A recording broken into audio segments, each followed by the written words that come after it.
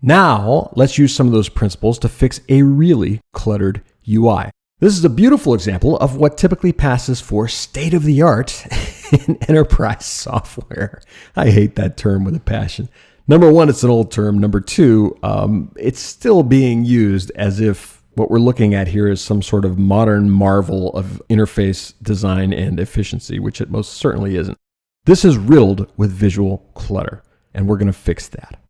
So here's our starting point. Okay, here's the interface as it is. You can see that there's a lot going on here. There's a lot of information jammed together tightly. It's all very small and very tight, and it's all blending into each other. There's no clear differentiation between things. So the first thing we're going to do is we're going to increase the negative space. If you look at this, all those areas of magenta that I just highlighted, look at the randomness. Remember what I've told you about alignment and proximity in particular. There's no consistency in the distances between items. There's no clear separation that groups these things. This is one group, this is one group, this is one group. It sort of all runs together because the negative space is very haphazard.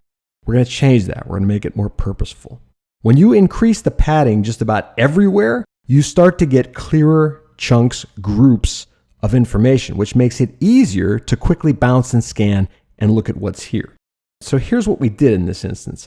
We increased the container margins on all four sides everywhere. Every single area, every single container, more space inside the margins. We also increased the margins after each paragraph and line height. Extra space. Start to separate those things. We also increased the padding inside containers, cells, fields, buttons. Any type of enclosure here has a lot more padding, a lot more air inside it. That again allows us to focus on the label. If you even look at those buttons at the top, save, refresh, edit mode, close, the air between the edge of the button and the word itself, the label, goes a long way in allowing people to sort of quickly read and understand. Second thing we're going to do is remove all the unnecessary rules and containers. If you take a look at this, look at all the outlines on these containers. Everything has a rule around it, which, because of the way that they're using color and because of the contrast here, is really for the most part unnecessary. Those rules aren't really doing anything. They're not separating anything. They're not really helping us move through this. They're just extra visual noise. They're unnecessary. So we're going to take them out. See the difference? All those groups still hold together. The chunks of information, the left-hand navigation, that information tree in the middle, those tabs in the center, the grid-based data towards the bottom, they are still holding together as chunks without those rules. We still see separate sections without those rules. So what we did here is we removed any unnecessary rules that we could find. Instead, we used negative space and alignment to create those visual groups, just like we learned very early on in this course. We removed the rules from existing enclosures that already have background colors. Okay, areas like that left-hand blue vertical navigation, the sub-navigation, the hierarchical tree next to it, the tabs next to that. Okay, the rules are unnecessary. When you have a background color that's already defining a shape, the rule isn't necessary. We also used color instead of rules wherever possible. If we can differentiate by color, if we can differentiate by shade, you want to do that first. We visually separated the navigation areas, made a very distinct change between what's navigation and what's content. We also lightened any rules that must be used, okay? In a couple cases here, like the rules around the fields, for example, or for instance, the separation on that tree menu, you can see there's a white rule around that box. All right, we changed it from a harder, dark gray rule to a light rule. It's barely there, but it does help separate things. So if we feel like we have to use a rule to visually separate something, you make sure that its contrast is much, much, much lower than the content that it delineates.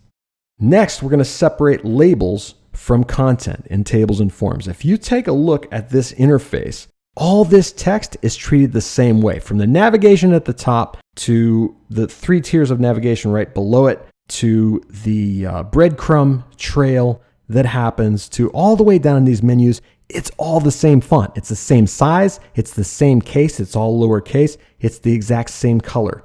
You have to work to visually separate labels from content, controls from content, okay? Interactive elements. they should be treated visually differently in some way. When all this text is the same size, same font, same treatment, it makes it much harder for us to quickly get through this because we have to read everything because it's all the same and it's all calling for our attention. So here's what we're going to do.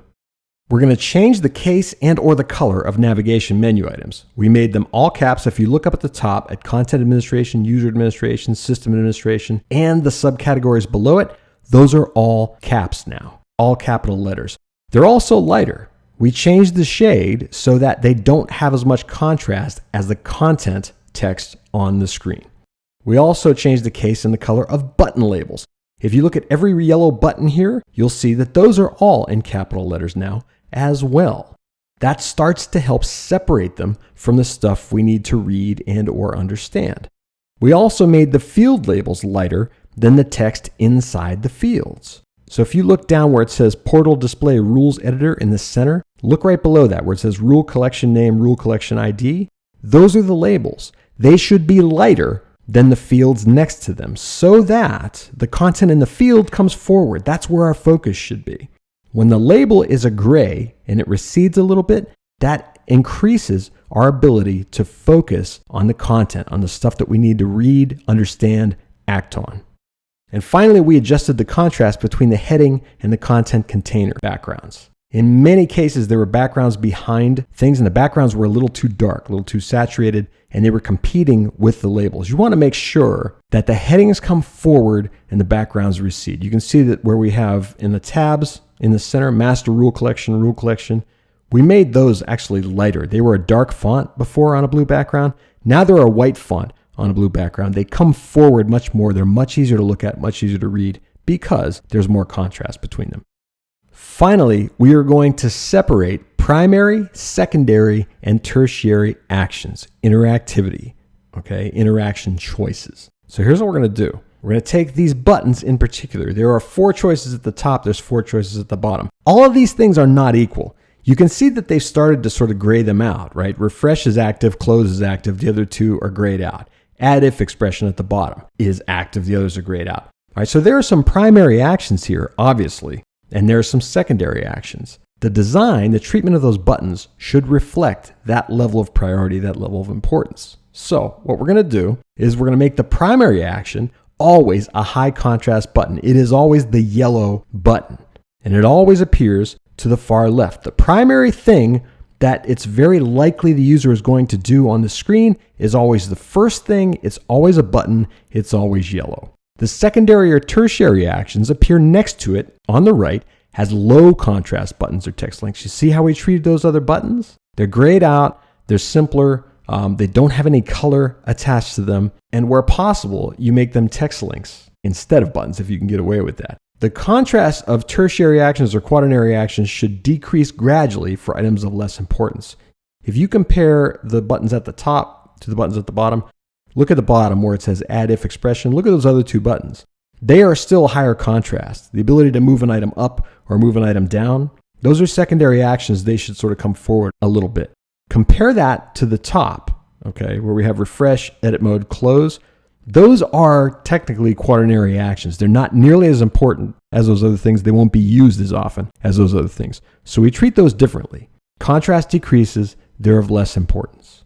Finally, unrelated functions should also have a different visual appearance and be separated in proximity. So anytime actions are unrelated, you want to take care to separate them with negative space from the unrelated actions that may be sharing, the same similar space. So what I hope you're getting here is UI design mantra 18, which is that simpler is better.